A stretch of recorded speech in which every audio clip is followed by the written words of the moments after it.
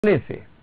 तो खेल के अंदर ये चीजें बहुत चलती है जो नॉर्मल बच्चों को समझ में नहीं आती है, दूसरे लोगों को समझ में नहीं आती कि हमारी कौन सी आंख की हमारी आंख है कहाँ पर, हम देख कहाँ रहे हैं और समझ क्या रहे हैं। तो इनाम और रहमान की और मेरी केमिस्ट्री इस मामले में बेहद सजी हुई थी कि हमको मालूम है कि मैं अगर 2 कदम चलूंगा तो इनाम और रहमान 1 कदम मेरे साथ में चलेंगे, और वो बॉल मैं उनको देता था बिना देखे, और वो चले डॉस करते हुए, और जहां 25 के पास पहुंचे अपोनेंट के, उनका एक रिवर्स फ्लिक मेरे पास आता था। गोविंदा सेंटर फॉरवर्ड हुआ करते थे जैसा मैं बता रहा हूं। तो वो केमिस्ट्री हमारी, क्योंकि इनामुर रहमान साहब को इंडिया में मेरे साथ खेलने का मौका नहीं दिया गया।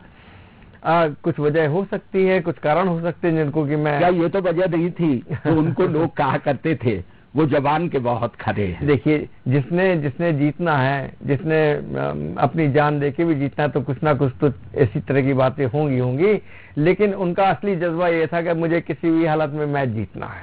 अशोक भाई, बहुत महत्वपूर्ण प्रश्न है एक। आपके जीतने पर, आपके ऊंचाइयां छूने पर कुछ उस्तादों के सम्मान हुए होंगे जिन्होंने कि आपको हॉकी खिलाई होगी। अभी पिछले दिनों आपके 2 शिष्य कांस्य पदक जीतने वाली टीम के सदस्य थे ओलंपिक में, और उसके बाद जब वो भोपाल लौटे, विवेक सागर, तो जिस मंच पर मुख्यमंत्री सहित समूची मध्य प्रदेश सरकार ने उनका सम्मान किया, उसी मंच पर आपका भी सम्मान हुआ था। शिष्य के कारण मिले सम्मान को आप, मैं वाकई में अभिभूत था उस बात को लेके, सरकार की इस मंशा को जो उन्होंने पूरा किया। विवेक सागर और नीलाकांता के कोच को, जिसका नाम मुझे दिया गया कि हाँ भाई मैं कोच के रूप में उनके काम किया मैंने, तो उन्होंने मुझे बुलाकर वो जो सम्मान दिया है, वो तो एक मैं कहूँगा कि बहुत बड़ी ऊंचाइयां छूने वाली बात थी। एक इंसानियत की सरकार के द्वारा दी गई वो एक सम्मान जो मेरे लिए वो अमूल्य था। और ऐसी बातें अमूमन होती नहीं हैं, लेकिन सरकार, मध्य प्रदेश सरकार ने, और खासतौर से क्योंकि शिवराज सिंह साहब बहुत दिल से जुड़े थे हमारे साथ में, और एक लाइन और कहूँगा, कभी भी उन्होंने मेरे को अशोक नहीं कह के बुलाया, अशोक भाई कह के बुलाया। तो एक बड़प्पन था उनके अंदर जिन्होंने, मैं आज तक इस बात के लिए कायल हूं इस बात का। अशोक भाई, ये मेडल का रंग कैसे बदलेगा, और इसको आपसे बेहतर कोई नहीं जानता इस देश में कि इस मेडल का रंग कैसे बदलेगा। इसके लिए कुछ हमारे दर्शकों को और को बता। मैंने अभी कुछ देर पहले एक लाइन कही थी ना कि जब हम बाबूजी के सामने जाते थे तो मेडल लेकर नहीं जाते थे, और जज्बा ये था कि जब गोल्ड आएगा तब सामने खड़ा होऊंगा मैं। तो ये बच्चे इस बात को दिल में ठान लें कि हमको दूसरी चीजें नहीं करनी है, हमें करना क्या है, देश की उस परंपरा को जो हॉकी हमारा सम्मान है। देखिए, हमारे प्रधानमंत्री जी ने, दूसरे नेताओं ने, हर चाहे विरोधी दल के हो चाहे कहीं के हो, उन्होंने जब हॉकी टीम को ब्रॉन्ज मेडल के साथ देखा तो सारा देश आज फिर से हॉकी हॉकी हॉकी के रूप में आ गया। प्रधानमंत्री जी का इंटरेक्शन खिलाड़ियों के साथ में एक ऐसा मैसेज दे गया। तो ये इंटरेक्शन करना एक प्रधानमंत्री के लिए छोटी सी बात है, लेकिन खिलाड़ियों के लिए बहुत बड़ी बात है। जो खिलाड़ी खेल रहा होता है, मैं बताऊं कि 1967-68 में मैं बिजनौर में गया था खेलने के टूर्नामेंट। केडी सिंह बाबू साहब, जिनको कि मैं हॉकी का बहुत बड़ा उस्ताद मानता हूं, हमारे कोच भी रहे वो, और वो चीफ गेस्ट बने देख रहे थे। मैं रेलवे इंस्टीट्यूट की टीम से एक छोटा प्लेयर था उस टाइम में मैं खेल रहा था। उनको मेरा खेल बहुत पसंद आया।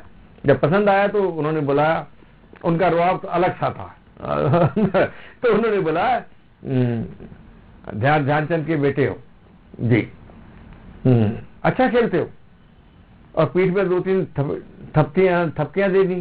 तो अब आप ये चीज समझिए कि ध्यानचंद की वो थपकियां जो बाले तिवारी ने दी थी एक जमाने में, जब वो आर्मी टीम से खेल रहे थे रंग रूट के रूप में, और ड्रिबलिंग अच्छी करते थे ध्यान से।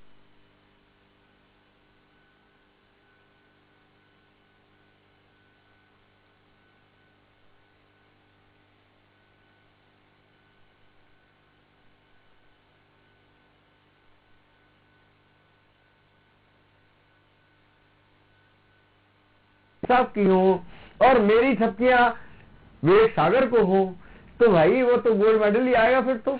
जिस वक्त विवेक सागर भोपाल पहुंचे अपना मेडल लेकर, वहां प्रदेश की खेल मंत्री मौजूद थी, जिनको विवेक ने अपना मेडल दिया और उन्होंने उसको चूम कर उनकी आंखों से आंसू बह निकले।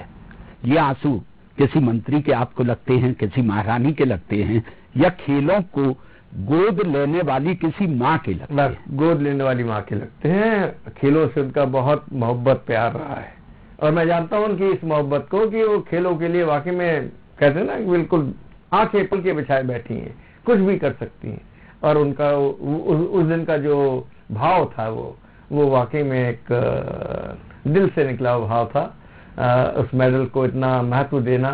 और मैं तो चाहूंगा कि विवेक सागर इन मेडलों की, जो आप पीले रंग की बात कर रहे हैं, हमारा ध्यान पीले रंग पर ही होना चाहिए। और उसको हासिल करने में एक कदम की ही तो देरी है। सेमीफाइनल में अगर हम जीत गए, अगर शब्द हट जाए और हम जीतना शुरू कर दें तो कौन सी अब ऐसी टीम बच रही जिसको हम ना जीत सके।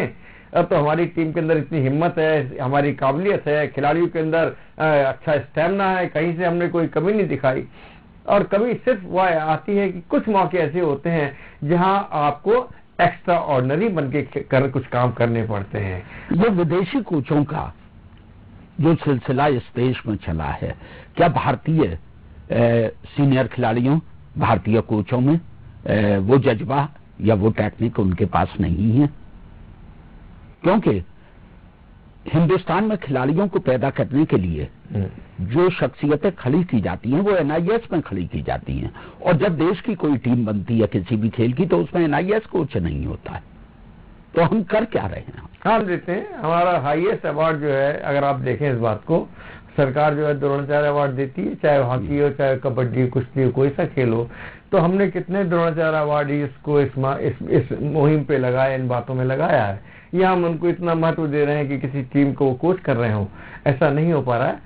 और वजह तो मैं क्या बोल सकता हूँ इस बात में, लेकिन मुझे भी थोड़ा इस बात को लेकर मैं अपने साथियों के साथ जिक्र करता हूँ कि हमारे देश के अंदर अच्छे खिलाड़ी हैं, उनको भी तो इस लाइन के अंदर जो कोचिंग की चीजें हैं उसमें क्यों ना हम उनको डाल के उनको रखें और देश की टीम को कोच करें। एक अच्छी देश परंपरा को हम अब आने वाले वर्षों में, चलो जो कुछ अभी तक हुआ चलने दें, उसको अच्छा हुआ, लेकिन आने वाले वर्षों में हम अपने स्कूलों में, कॉलेजेस के अंदर, संस्थाओं के अंदर, देश की नेशनल टीम के अंदर हमारे देश के कोचेस काम करें तो मैं समझता हूँ बहुत अच्छी बात होगी, बहुत ही अच्छी बात होगी।